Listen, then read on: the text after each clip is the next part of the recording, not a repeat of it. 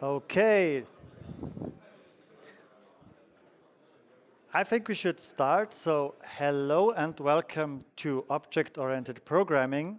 Today is our kickoff event, and as you can see, I'm not alone. I have two colleagues here, and we will present the first 1 hour, 15 minutes, all the organizational stuff for today. So this is the kickoff for the lecture and the practicals. And then afterwards, we will dive into the first lecture already, where we give you a brief introduction into C++ and what are the differences to C. Okay, so maybe we should start with us in the beginning. So maybe most of you, or many of you know me. I'm David Kerschbaumer. I'm a PhD here at TU Graz, and I'm holding this lecture, Object-Oriented Programming, and also Introduction to Programming in the winter semester. Maybe most of you have seen me there, hopefully. And I'm doing this not alone. I have two colleagues here, so maybe you can introduce yourself. Yeah, sure. Thank you, David. So my name is Sebastian Gürtel. I'm also a PhD student at the Institute of Human-Centered Computing. And yeah, I hope some of you might also know me. So a bit closer, I think. A bit closer? Yeah.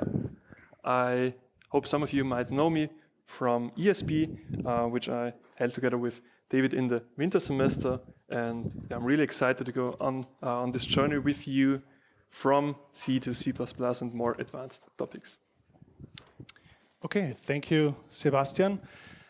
Hello and welcome also from my side. My name is Lukas Eberhardt. I'm also part of the course team for OOP1. I may introduce myself really shortly. I studied software engineering and management here at the TU Graz, and then I did my PhD in computer science with focus on recommender systems. I have a position as senior lecturer at the same institute as Sebastian and David. Maybe a few words about my teaching experience. I have led a huge amount of programming courses already in the past, such as ESP, which is actually a long time ago, as well as OOP, which was back then called SEP, or Softwareentwicklung Praktikum, as well as programming courses where I teach the programming language Java in a cooperation of the TU Graz with the FH Campus O2, where I also do some math courses. Yeah, that's pretty much it about myself so far. Yeah, thank you so much. Of course, we are not alone because this is a huge course. We have many tutors, and I think you already know them. Julia and Michi will do the practicals again this semester, and also Lena is our assignment coordinator, and she holds all of the assignment-related stuff. She will do the kickoff videos for the assignments, and of course we have many other tutors, student assistant, which then help you improve your skills and correct your assignments. Okay, some general information first. This course is pretty similar structured to ESP, and we have the same course website. So when you go to this course website, coding.tugraz.at, you will find a selection between ESP and OOP1, and all the information about this course, Object-Oriented Programming, is there. So you will find all the videos there, all the slides, and also a guide for the practicals. So basically everything you need to know for this course. If you have questions, the fastest way for you and also for us is Discord. This is invitation link, and also the QR code works, hopefully. And if you have questions, use Discord. We will also use Discord in many phases of this course. For example, if we have general announcements, if we want to remind you about the deadline or whatever. So we will write a lot on Discord, and you can also ask questions there. And in addition, we also use the Teach Center mainly for registrations, homeworks, so submissions of homeworks, but mainly for registration for assignment interviews and so on. Very, very important. As I said before, we are 3 lecturers, 15 teaching assistants, and over 500 students. So a lot of people are involved. So if you have questions or a problem, whatever, please first go to Discord, check if somebody else already asked the question, and write on Discord. If you can also come to the lecture, of course, and ask here in the break or after the lecture and after the practicals. You can also ask your tutor, or you can go to question hours for the assignment if you have problems. And if all that does not work and you have a personal concern, which of course should not be read by somebody else, then you can write us an email to coding@thugraz.at. But this should not be your first choice, because otherwise we are getting 500 emails a week and we cannot handle them, of course. So please, Discord should be the first point for you to get in touch with us. Okay, shortly about the lecture and the practicals, but we will discuss that in detail in the next few minutes. The lecture is in lecture hall I-13. Yes, I see you have found it. Great. So this is basically the first task you have already accomplished. The recordings will be uploaded on Tube and on our YouTube site. Same procedure as we have in ESP. There is no need to be here, so no compulsory attendance, also keine Anwesenheitspflicht in German, but we would highly recommend to come to the lectures and the practicals. Otherwise, it's hard to keep up to date, keep on track with the course content. And yeah, from experience, I can tell you, if you miss 1 or 2 lectures, you are always behind and it's hard to keep the pace. And it's very, very likely that you drop out. So if you have no time to come here in person, at least please aim to watch the lecture a few days after we released it. Usually the practicals are on Thursdays now, so 16 until 17:15. This week we have the kickoff, so there are no practicals.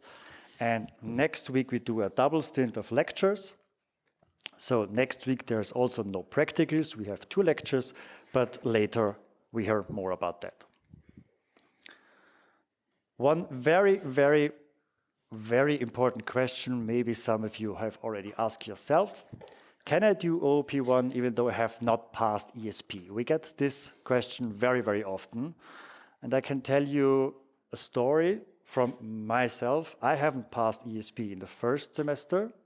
It was just overwhelming for me. But then I did a lot of practice in February and I passed OOP1 on a 1.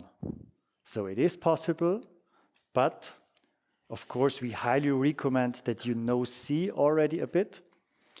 We also assume that you know the concepts of C, because we draw a lot of connections to C. So we want to see how it looks in C programming language and then how it looks in C++. They are very, very connected. It's not required that you passed ESP, but of course it's better. If you're unsure, the ESP practicals are also this semester. So you can also do the ESP practicals in the summer semester, and there is also a OOP1 alternative course in the winter semester. Okay, I think that was the general information. Lucas, can you tell me why do we learn C++ and why object-oriented programming? Yes, David. Yeah, let's come to the motivation for this course. And as David already raised these two questions, we are looking how we can answer them. The second one, why OOP? I think it's pretty obvious because it's in the study plan, right? But yeah, let's go a bit into detail. So OOP1 is, first of all, the foundation for further courses that appear in your study plan, in your bachelor's study plan. And yeah, the first course which builds upon OOP1 is OOP2, where you won't implement C++, but I think it's Java you will use there, but it's also an object-oriented programming language, and therefore you will need the concepts that you get introduced here in this course. And then the further courses are system-level programming, or maybe the most challenging course in the whole bachelor is the operating system course, where you also will need C++. So C++ obviously is a necessary foundation for further courses in your bachelor's. Then we see computer graphic and computer vision as two further examples here where you will need this programming language. But C++ is not only used in academics, but also it is a very widespread and very common programming language. We see here a very recent ranking of programming languages, and there we can see that C++ is on the second place. We see other programming languages like Python or Java or even C.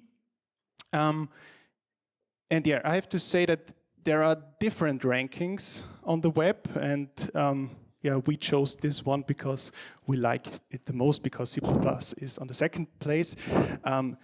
No, jokes aside, if you check further rankings, you will find C++ most probably in the top 5 always. So obviously it's a very widespread and common used language. A further advantage of this programming language is that it's quite hard to learn, but if you are used to it, then it's much easier to learn other easier languages such as Python, Java, or C#, for example. So we believe that the way of first learning harder languages like C and C++, and then go to easier ones is the better than the way around. And yeah, C++ is a very efficient and fast language. It is also used for example, Python libraries that need to be very efficient, very on hardware level where you need much of efficiency. So it also has a big community, as you can find behind this link here. You find the reference to C++, where you find all the libraries, informations, descriptions, examples, and so on. So yeah, you can find almost all you need about this, or you need to know about this language, also here in this behind this link. Furthermore, it offers you great career opportunities because, yeah, it is used in many popular applications. Here we have listed just 5 examples. It is used, for example, to, or Photoshop was implemented using C++, or even Spotify's built upon C++ and Python. And for example, on YouTube, the video processing steps are done via C++. And also the most common operating systems like Windows or Linux and even macOS are built upon C++. What is not mentioned here is game development, which is also where C++ is also very popular and used because of its efficiency, yeah, to implement things very fast and efficient. So this was pretty much the motivation for this course in general, and now Sebastian will tell us something more about the lecture part. Exactly, yeah. Thank you, Lukas. So I think it's a great motivation you have presented us. Just about a few hard facts on the lecture. When does the lecture take place? We've already mentioned it. It is Thursdays from 5:30 p.m. to 7 p.m. after the practicals. Where does it take place? It's exactly here in the lecture hall I-13, but it's also recorded and then later uploaded to Tube and YouTube. What do we do in the lecture? What do we learn in the lecture? It's mainly concepts about programming, or more particularly on object-oriented programming, as the name indicates. We'll come to the schedule soon. And yeah, who will hold the lecture? It's us three. It's David, Lukas, and me. And maybe the most important information regarding the lecture is how to pass the lecture. How can we do it? So it's just an exam you have to pass. It's quite similar to ESP. So you can choose just one exam date. We offer 3 exam dates per semester. Then you just register for this exam date. You participate, take part in the exam, and you either pass, so hopefully you pass, or you fail, and then retake the exam at another exam date. So you're freely open to choose whatever exam date suits you the best. You can do it, for instance, we'll come to that soon, in March, June, or July. We'll see the exact exam date soon. But first, let's take a look at the lecture schedule. So today we will have the kickoff and then the introduction to C++, which bridges the gap between C and C++, and we will start with the very basics in C++. Then next week we will have a double lecture where we'll dive deeply into classes. So what are classes? How can we use them? Why are they such a great concept in object-oriented programming? And the weeks after that, we will have a look at inheritance and polymorphism and exceptions, which are great also in the practicals to use. And before the Easter break, we'll also have a lecture about smart pointers. And after the Easter break, we will have 2 more lectures about operator overloading, which is a quite powerful and also useful technique. And also templates and the standard template library. So C++ offers a wide range of already existing data structures and algorithms that you can use. And that will be the last topic in the lecture. And after we are done in the lecture, you can participate in an exam. You can also do it in March if you feel prepared. The exam is a classroom examination. It's computer-based. And if you have done ESP, you already know the 2 options. So we have one option for bringing your own device, which means you can bring your own laptop to the lecture hall and do the exam on your own laptop using the safe exam browser. But this only works with laptops that use the operating system macOS or Windows. Unfortunately, Linux does not support the safe exam browser, and that's why we also offer the option to use the equipped computer room. In German, it's the Lehrsaal. I think most of you already know one of them, and you can just register for one of these 2 options, and then either do the exam on your own laptop using a safe exam browser, or on a computer that is provided by the TU Graz infrastructure, and do it there using safe exam browser. Of course, the second option is also available for anyone else, but mainly for students that have a laptop that uses Linux, or if you don't have any laptop at all. Now to the exam dates. So the first one in this semester will be at the end of March, the 26th of March. Then after the lecture is over, there will be another exam date. It's the 5th of June. And we also offer another exam date after the actual semester, so in July, which is then on the 3rd of July. You simply have to register for one exam date via Diokrats Online. You don't have to necessarily register for the lecture itself, but if you want to go to one of these exams, you have to register, because we cannot register you for the exam if you just come to the exam without registering before. And we mention it every semester, please come well prepared to the exam. Don't just use one of your exam attempts just to have a look at the exam, how it looks like, how the questions are asked, how the coding examples, for instance, are structured.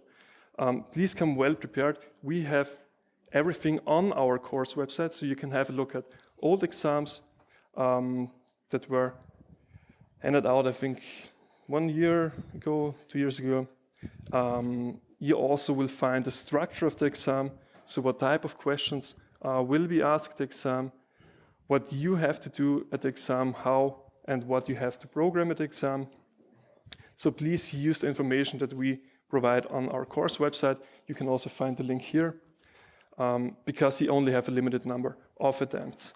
So for teacher program, it's 4 attempts, and for any other program, it's 5 attempts. And yeah, this brings us to the last point of the lecture, which is the grading. When you take part in an exam, you have to pass. You have to have at least 50% of all points. Then you're safe. Then you're positive. And then it's just the levels of grading here. You have a 4 if you have points between these percentages, and so on up to a sehr gut.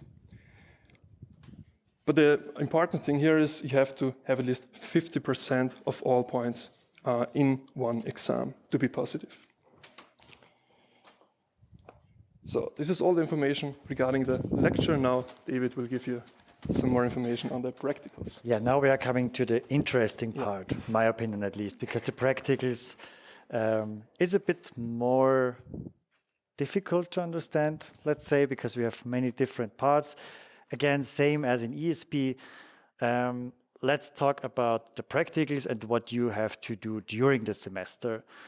As a wise man once said, the only way to learn a programming language is by writing programs in it.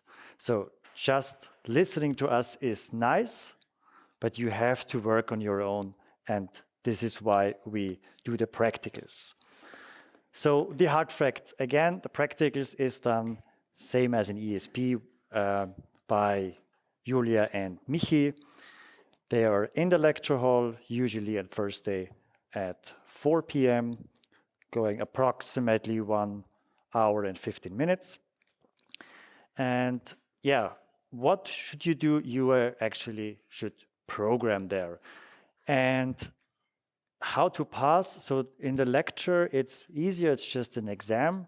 Here you have many activities over the semester.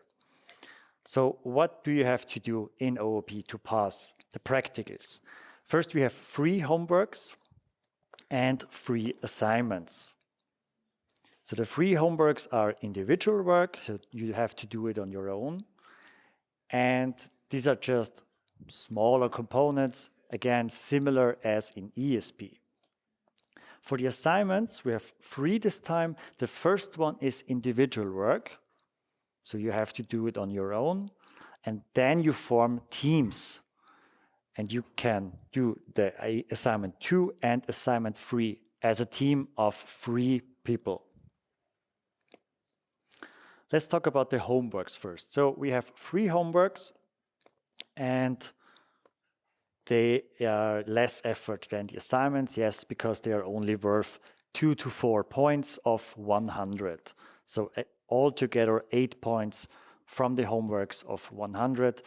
I know this is not much, but we want to give you additional opportunities to not only write code, but also have some other perspectives on object-oriented programming.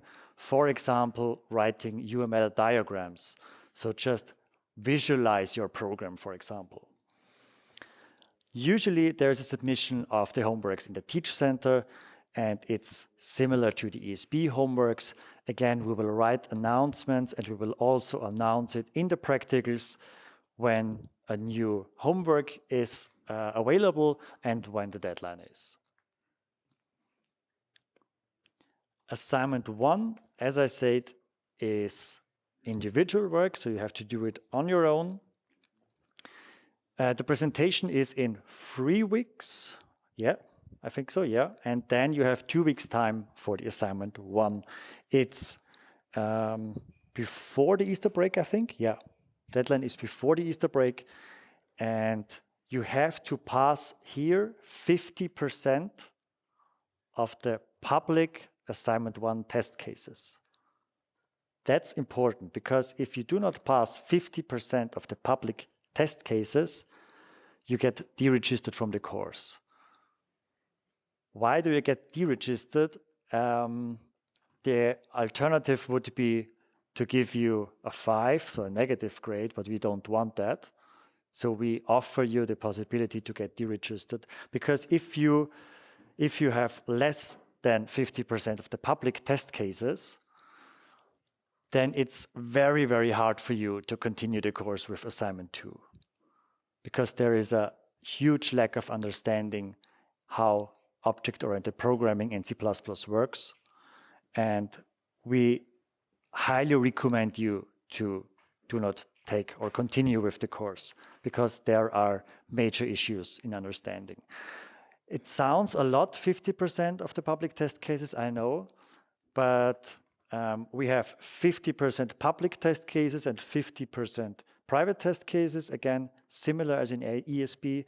So in general, you only have to pass 25% of all test cases, and it's not that hard. So when I remember back in the last year and the year before, it's not that hard to pass this hurdle. Okay, assignment 2 and assignment 3. So after assignment 1, you can form teams. You can form them on your own. And if you cannot find a team, we then assign you to a team. And we do this assignment based on your performance in assignment 1. So good students are grouped with other good students. And this is also kind of a motivation for you maybe to be better at assignment 1, because you then get grouped with better colleagues. The team selection phase is then during the Easter break, I think, and you have to form teams of 3 students, as I said. And if you want to register, or if you register for a team, then you definitely get a grade in the end. Otherwise, you still can say, okay, I don't want to do the course, and you get no grade and you get deregistered. Okay, what do you have to do in assignment 1? The presentation will be on the 10th of April. It's a coding project for you, for your team of 3 people. We want to have a design document in the first 15 days. So before you start program, you have to think of, okay, how can I solve this problem, or how can we as a team solve this problem? And we will give you details how we want you to write this design document. Then there are design discussions.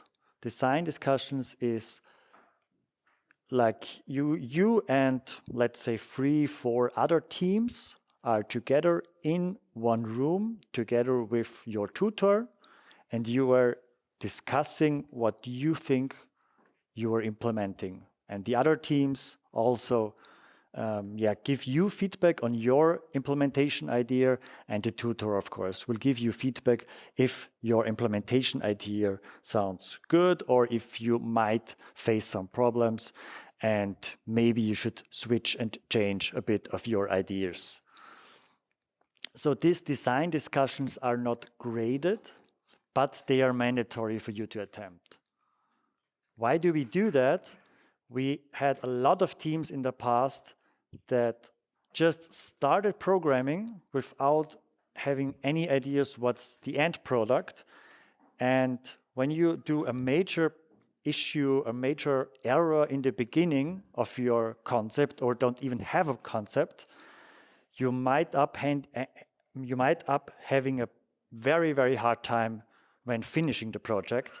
So that's why we introduced this design discussion, to have a good design of your project idea, of your implementation, how you structure your code, and then it's much easier for you to implement the task.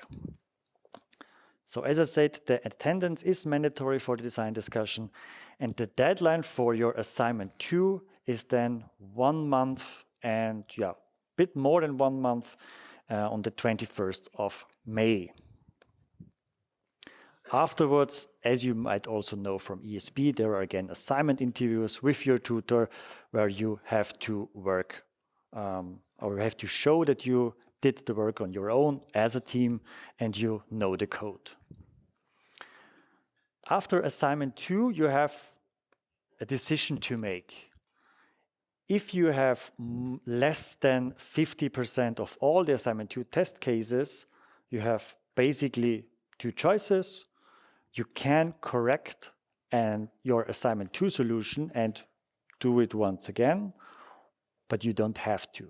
So if you are lucky and you pass already the course, even though you have less than 50% of the test cases, it's fine for us, but you have like a second chance to correct your assignment 2. If you have more than 50% of all assignment 2 test cases, you have the choice between, again, correcting your assignment 2, so everybody can correct basically, or you can do assignment 3, but we highly recommend you to have at least 70% of all assignment 2 test cases, because assignment 3 builds on your implementation of assignment 2. Or you can also say, I don't want to do the correction and I don't want assignment 3. I'm happy with my points, so I stop here. It's also fine for us. The decision deadline is the same as the assignment 2 deadline, so please make sure a few days before the deadline of assignment 2 what you as a group decide.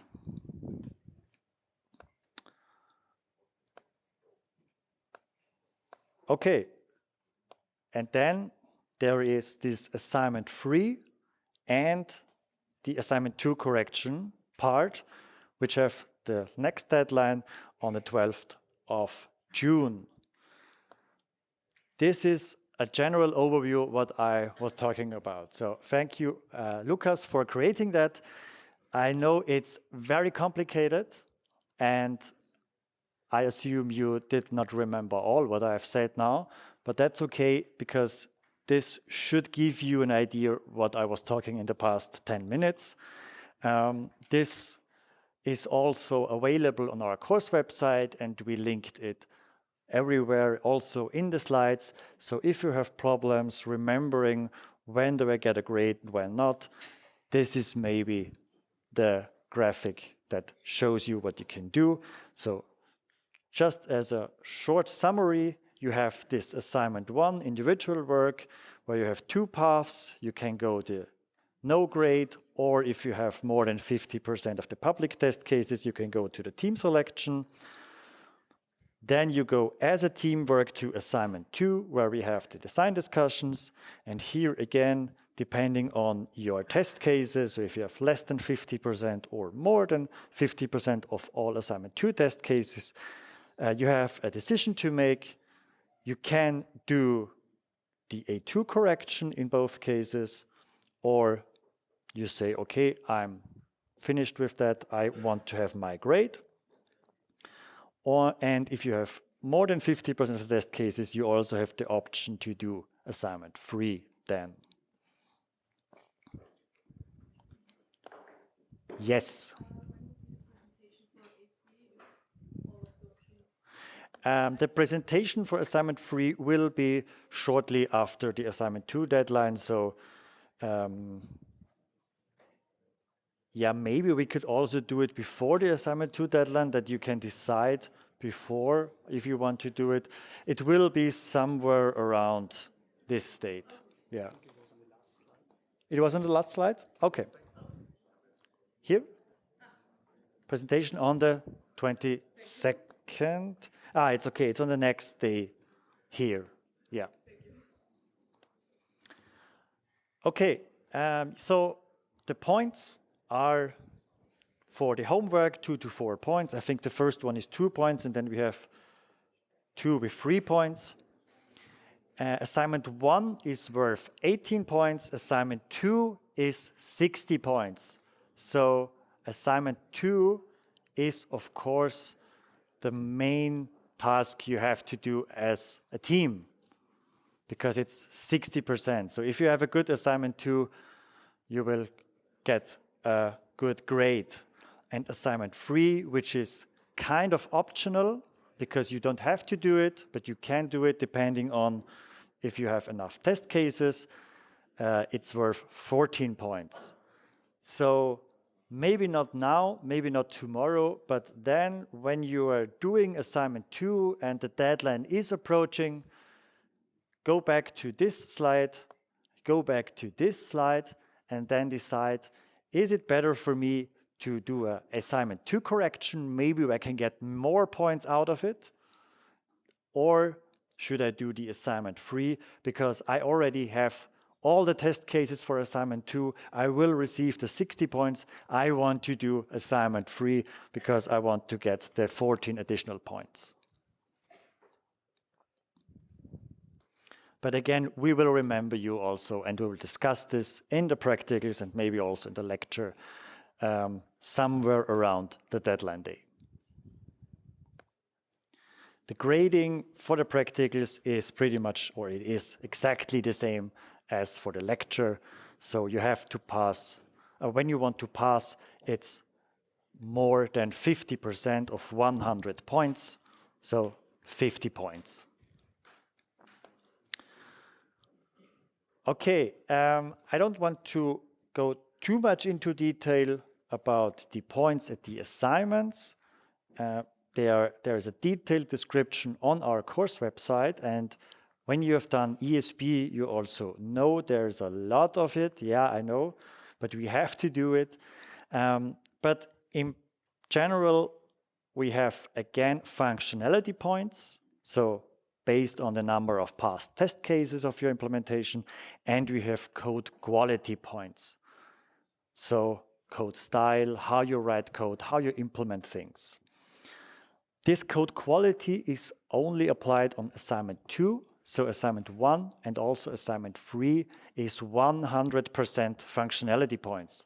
So basically, what you have done or what you can see in the test runner, how many test cases you pass, is also the points you get.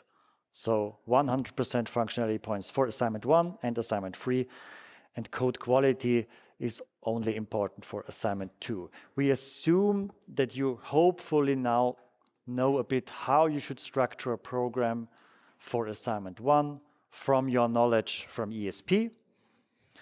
And that's why we want to omit it here, because it's a smaller program. But for assignment 2, you are again now in a new setting because you are doing a group work of 3 people, and we want to keep the code quality high because it also helps you and your colleagues. Imagine you have one colleague writing very, very bad code. It's hard for you to read and it's hard for us to correct, but more importantly for you to read the code of the colleague. And that's why we want to have a standard quality level here also to help you reading the code from your colleagues. There is a detailed description on our course website about all what we want to grade. There is again a lot of similarities based to the previous ESP course, and we also flagged new things, C++ specific things, as I think there is new next to it. So most of the code quality requirements you might already know from the ESP course, and a few additional are there. Yes, there's a question. Which C++ standard are we use? So as I remember, the latest, no, it's not the latest standard. Last year you used 17? That's a good question. Thanks for asking that. I'm not sure currently, but I think we will remain with the C++ 17 then. Yeah, we haven't defined it yet, sorry.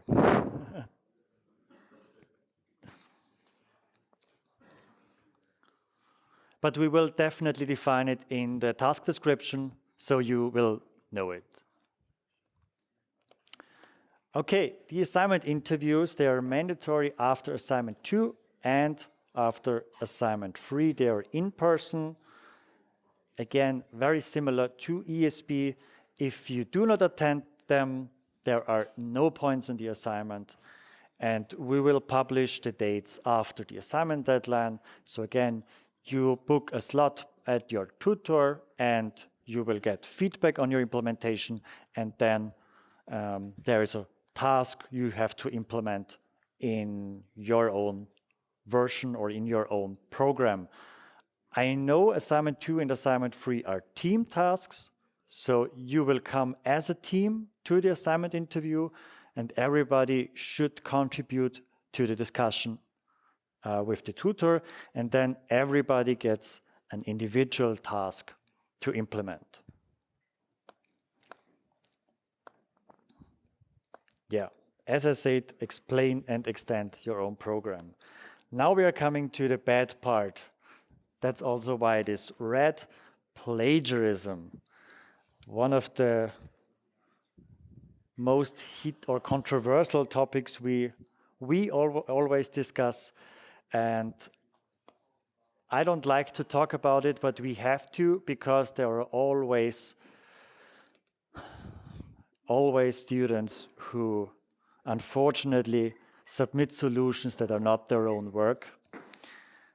So plagiarism is every copy of foreign program or large parts of ideas leads to plagiarism. We follow a zero tolerance policy regarding that. So if you discuss something with a colleague, it's fine for us. But do not copy code. Do not copy code from a colleague, from another team. Do not copy code from somewhere on the internet, from ChatGPT, Copilot, whatever, unless you are explicitly declaring it. So, never show your code to somebody. I think it's now in every semester, I'm a lecturer here, there's at least one person posting the code on WhatsApp, Telegram, Discord, whatever, there are some group chats.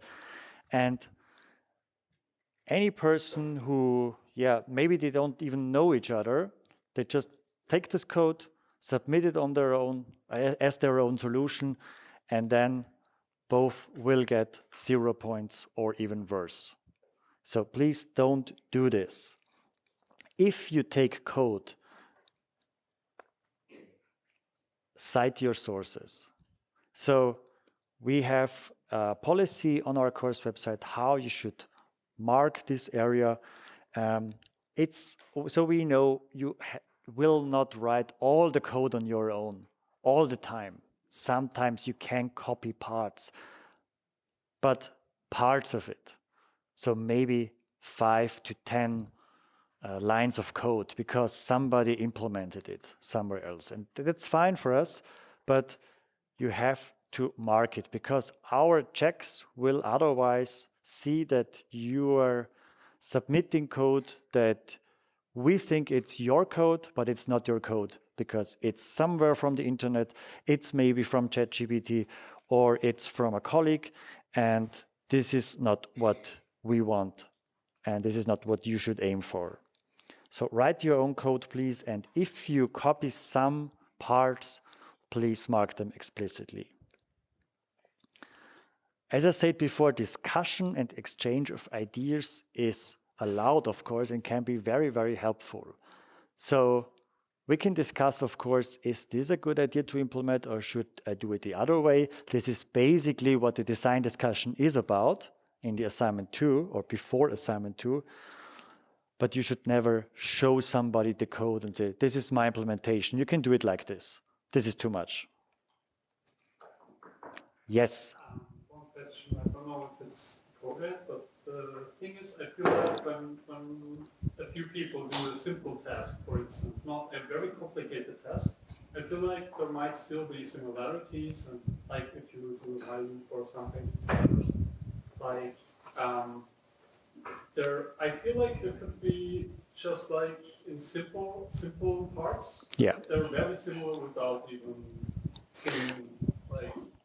That's true. So let me just repeat it for the recording. You have like a bit of a fear that a simple implementation, let's say of a very, very simple algorithm or just a for loop is of course similar to 300 other students. Let's say. And of course, we also know that. So we can also program, we know that at some parts, at small tasks, let's say you write 10 lines of code and 300 people or 500 people writing these 10 lines of code, of course, there must be similarities inside. This is not what we are aiming for. And this will not be, of course, a plagiarism. But what we often see is that you have code snippets, but not only code snippets, you have 100 lines of code which are identical. Okay, some of them change the variable names, but that's useless for our checks. We can identify it anyway. But if you have a structure that is very, very similar, not about 10 lines of code, but when you have 50, 100, maybe 200 lines of code that are very similar, this is then a huge problem. And I think I do this now for 3 years, and I've never ever had one student at this discussion who denied it, that they copied it. So everybody always says, yeah, I've done it. You're right. Okay, thank you. Any other questions? If a group partner technically copies code, and I don't know it, does it affect my grade or not? That's a very, very good question. If your colleague in the group copies some code, does this affect your grade? And the answer you don't want to hear is yes. Because we assume that everybody of you knows all of your code, and we do not, we do not want to identify who write which part of the code. So if you do it in the group work, in the team, it's even worse because it's not only your fault, it's also then a huge problem for your colleagues. So please, especially in the teamwork, but also in the individual work, do not copy the code from somewhere else. Any other questions? May I add 2 additional points here? Yeah, sure. So if you copy code from the internet, from books, wherever, and you don't cite this source, there's a quite large probability that another student, so there are 500 students, that another student has also copied this code and maybe cited this code. So other students may have cited the code or the code snippet and you haven't. And we will check that. We will most likely find this in our plagiarism checks. And then I think it's clear that you have plagiarized. So please cite the source when you copy code from the internet, from any books. Same also from large language models. Yeah. Exactly, that's the second point. Thank you for that. What we told you, it doesn't mean that you are not allowed to use large language models or the applications like ChatGPT at all. You are allowed to use it, but you should use it meaningfully. So you shouldn't just ask ChatGPT, for instance, give me the code for this assignment description. This is, yeah, we'll find it out. You should use it meaningfully, maybe to explain some concepts more in detail, to guide you, to assist you. So there are definitely advantages of using ChatGPT or similar tools, but you should use it meaningfully and also, controlled. Responsible, maybe, Responsible is the word. Yeah. Because in the end, you have to prove yourself to us in the exams and in the assignment interviews that you can write code. And maybe in the times of ChatGPT, you could maybe pass the test cases with a ChatGPT solution, but you will not pass the assignment interview and the exam when you just use ChatGPT. So you have to learn it, and it can be a helpful tool for explanation, as Sebastian said, but it should not be used to create your whole task or submission. Okay, so what you should do next? If you haven't done it already, register for the lectures or the Vorlesung and the practicals, the Konstruktionsübung in TU Graz Online. And log into gitlab.tugraz.at at least once, especially if you have not done or attend the ESP course last semester, because we need your identification and you have to log in at least once that we have your GitLab ID and we can then create a repository for you. So if you have not done it until now, please do it in the next few days, because otherwise we cannot create the task for you. And very important tips from our side. First, attending the lecture and also the practicals is important, and practice, practice, practice. Practicing writing code is everything. As it is in C, it's also the same in C++. C++ is not always the easiest language to learn, I know, but there are a lot of similarities from C, and you have to practice writing C++ code. We offer you also the possibility to have on this link some voluntary exercises. They are completely voluntary. We do not check if you do this, but there are some small tasks related to our course structure. So starting with next week with very, very basic implementation and so on. So you can use this as additional resource if you want. Yes? Can I ask you, can I also ask questions about these voluntary exercises to my tutor? Or? Of course, yeah. So I don't know if they are always familiar with all of them, but if you have a specific question, you can just come with your laptop to the tutors and ask questions. They can help, of course.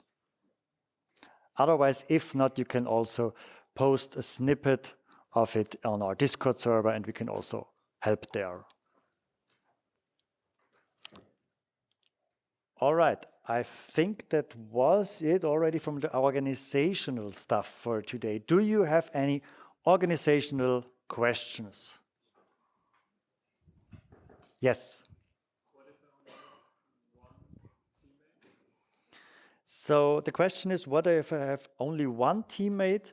You will most likely get one assigned then. So we highly encourage you and also all the teams to form a group of 3 people. We think 3 people is a good number to learn teamwork. And if you are already 2 colleagues, you will then get assigned a 3rd colleague. Again, depending on your assignment 1 performance. So if you and your colleague are on top of, or maybe reach all the points, you will most likely get assigned also students with the same amount of points. Yes? No? You. All the assignments are done with Git. The assignments are all done with Git, yes. So if one has not done ESP, I suppose we have to use Git there too. Yes, so we are using GitLab, and in case you did not attend the ESP lecture, please log into gitlab.theograz.at.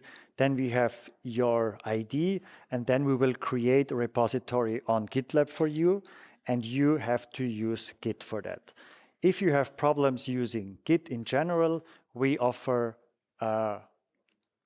lectures and videos from last semester, how to use Git. They are all available on our YouTube website, on your YouTube channel, and also on our course website. So there are a few introductory videos how you can work with Git. Any other questions? I think there was one question somewhere here.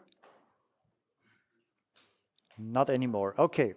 Yes. I read in the OOP schedule, the extra sheet, there's a final competition in the 8th week. What does that mean? Yes, thank you. I forgot to mention that. I think we didn't show the the OOP schedule. Can we do it? Yes. So this is also linked on our course website many times. This is, again, just the overview of everything, basically what we were talking about. And you mentioned now this final competition here.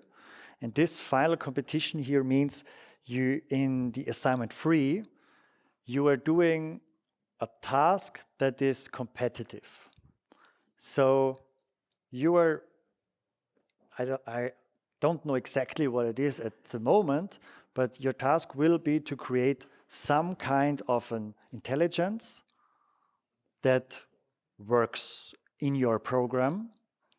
And in this final competition, you as a team, then plays against another team.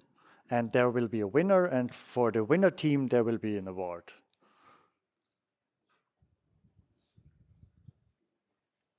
Yes, any other question? Yes? For the teamwork assignments, what happens when for the presentation one teammate is missing? What happens to the other two? For the assignments, everybody has to be present in general. So you should make an appointment for for an assignment interview where every team member can be in person here. Of course, if somebody is ill or whatever, then we have to find an individual solution. But in general, everybody should be here. Okay? Yes? What if my teammate decides that he doesn't want to do OOP anymore? Good question. What if one of my teammates quit during my teamwork? This is basically the question. That's why I hope it will not happen, but sometimes it happens. That's why we want to make some kind of a selection at assignment 1, because everybody who has a lack of understanding should not continue into the teamwork and then just, okay, say I don't want to because I don't get it anymore. So that's why we want to select only members to the team that are on a specific level of knowledge. But of course, it can always happen that one team member then quit during the assignment 2 and assignment 3. Again, there is no real solution. I'm sorry, you have to continue with 2 people then.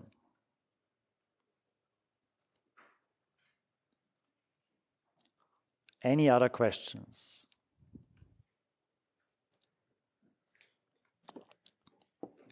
Any questions from your side? Okay, then I would say let's make about 10 minutes break. So we will start at 5:20 with the first lecture.